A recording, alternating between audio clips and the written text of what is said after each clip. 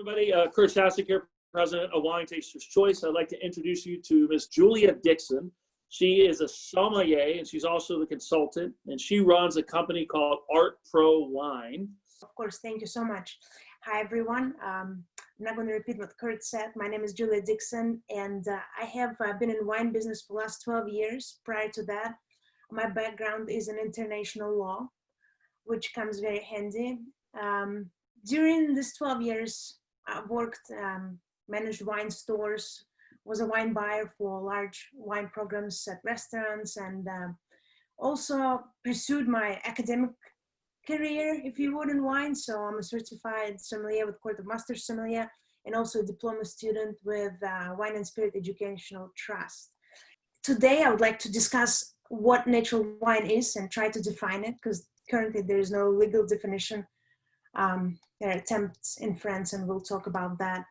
But also, how does natural wine relate to other terms in wine, such as organic, biodynamic, and sustainable marketing terms that, you know, we all see on wine labels, and try to understand what is the difference and how do they correlate. Well, I like to call it conventional wine. So let's start with some terminology here. Let's begin with the natural wine, because unlike biodynamic, organic, and sustainable, natural wine does not have a legal definition yet in the world. The movement started from the 11th Reform in the late 19th and beginning of 20th century in Germany and Switzerland. It was similar to like a hippie movement in the US. They were against industrialization, free love, clean food, clean wines. Then it kind of died through the wars, and then reappeared again in 1960s in Beaujolais region in Morgon. Small group of producers there got together, and they actually formed the concept that is still defines natural wine today. Nothing is taken away and nothing is added.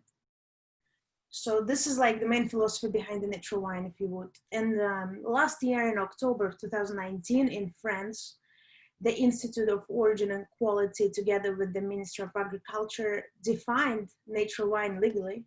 And they're going to run this for 3 years, letting the producers certify and see if within 3 years their definition still lives up to expectations. So they formed major principles of natural wine. First one is to be called a natural wine producer, or what. So in France, that I'm not French, so I try to say it. It's one method naturel in France, which naturel in France also means plain, if it tells you something. Back to this concept, nothing is added, nothing is taken away. Sorry. The first one is to be called a natural wine producer in France. You have to be making wines from organically certified grapes for at least 3 years, right? Then the grapes have to be handpicked. And then the only native indigenous yeast can be used in fermentation. Then they also define certain conventional wine manipulative techniques, like reverse osmosis, that you cannot do. And then the big question in natural wine and in wine in general is sulfites. Do you add nothing to be called natural wine, or can you still add some amount of sulfites to stabilize the wine so it arrives to our shelves and dinner table in a good condition?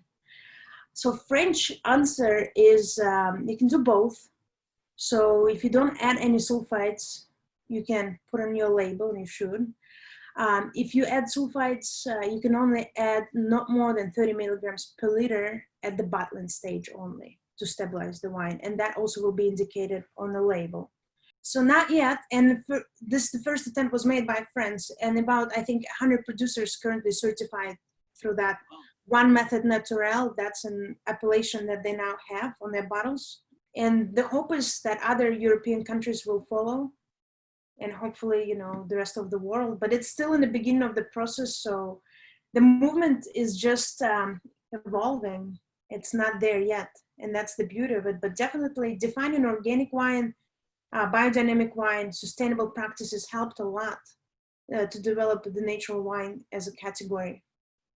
in US, for conventional wine, it's 350 ppl. For no sulfites added, it's 10 ppl. Biodynamic, it's 100 ppl. But I like to talk about biodynamic and organic kind of side by side, so we give a bigger picture. And so when we talk about biodynamic and organic, first and foremost, we speak about vineyard practices, and then winery practices, right? So it's important to understand the wine starts at the vineyard. So to be called biodynamic, your vineyard has to form a self-supported system, and nothing is brought from outside of the vineyard. So no organic pesticides, nothing. Just what your vineyard produces, and usually you need things to fertilize, other predators to help you with the diseases. So all that is formed in your vineyard. So you may put animals, sheep, cows to walk around your vineyard and be a natural fertilizer for your vines. Of course, Rudolf Steiner back in the day formed this as a philosophy of biodynamics, not only for wine production, but agriculture in general. They follow their own biodynamic calendar that's connected to moon. It sounds maybe for some people too extreme. There are different ways you can implement it for yourself. As long as your vineyard is self-supported as a whole, you can certify. And while to be called organic at the vineyard, you can still use some pesticides, but they have to be organic and they have to be allowed. Absolutely, I agree with that. And also, just to continue that comparison, organic, when you see the organic wine, what does that mean for you as a consumer? There are two parts of it. It can be an organically certified wine, or it can be a wine made from organic grapes. It's not exactly the same. So as a consumer, if that's important for you, what does that mean? So the wine that's made from organic grapes means it's probably a bonded winery that buys the grapes from the organically certified vineyard. However, they don't follow organic practices at the winery. And you can only use made from organic grapes on a back label only, which is a front label. And then if it's organically certified wine with USDA, then you can use it on both sides of the label. And at the winery, the way the wine is made. Okay. For example, they can still use commercial yeast, but it has to be organic. For the biodynamic wine, and there are different organs bodies that certify organic, like you said. There's many in US. For biodynamic, it's only one so far. It's a Demeter USA, and Demeter exists internationally as well. And they're pretty strict, and you have to recertify every year with them. And initially, you have to be at least 3 years certified organic to apply for biodynamic. So organic first, then Demeter. At least 3 years, yes. So while I believe sulfites, like anything else that we consume, have some effect on our body, it's minimal. So many other foods have sulfites. Anything that's fermented, like bread, sauerkraut, candy, soda, all that stuff has sulfites, and we're used to it because we eat sulfites all day long and we don't know. But of course, in excess, sulfites combined with other additives that many conventional wines carry, and other different, like mega purple, acidification, that's a different conversation, of course. Combined with that, definitely we're going to have harder hangovers, but sulfites alone don't play such a major role in it. And then what are the sulfites? It's sulfur dioxide. It's just a gas. It evaporates as well from the wine if you decant it for a couple hours.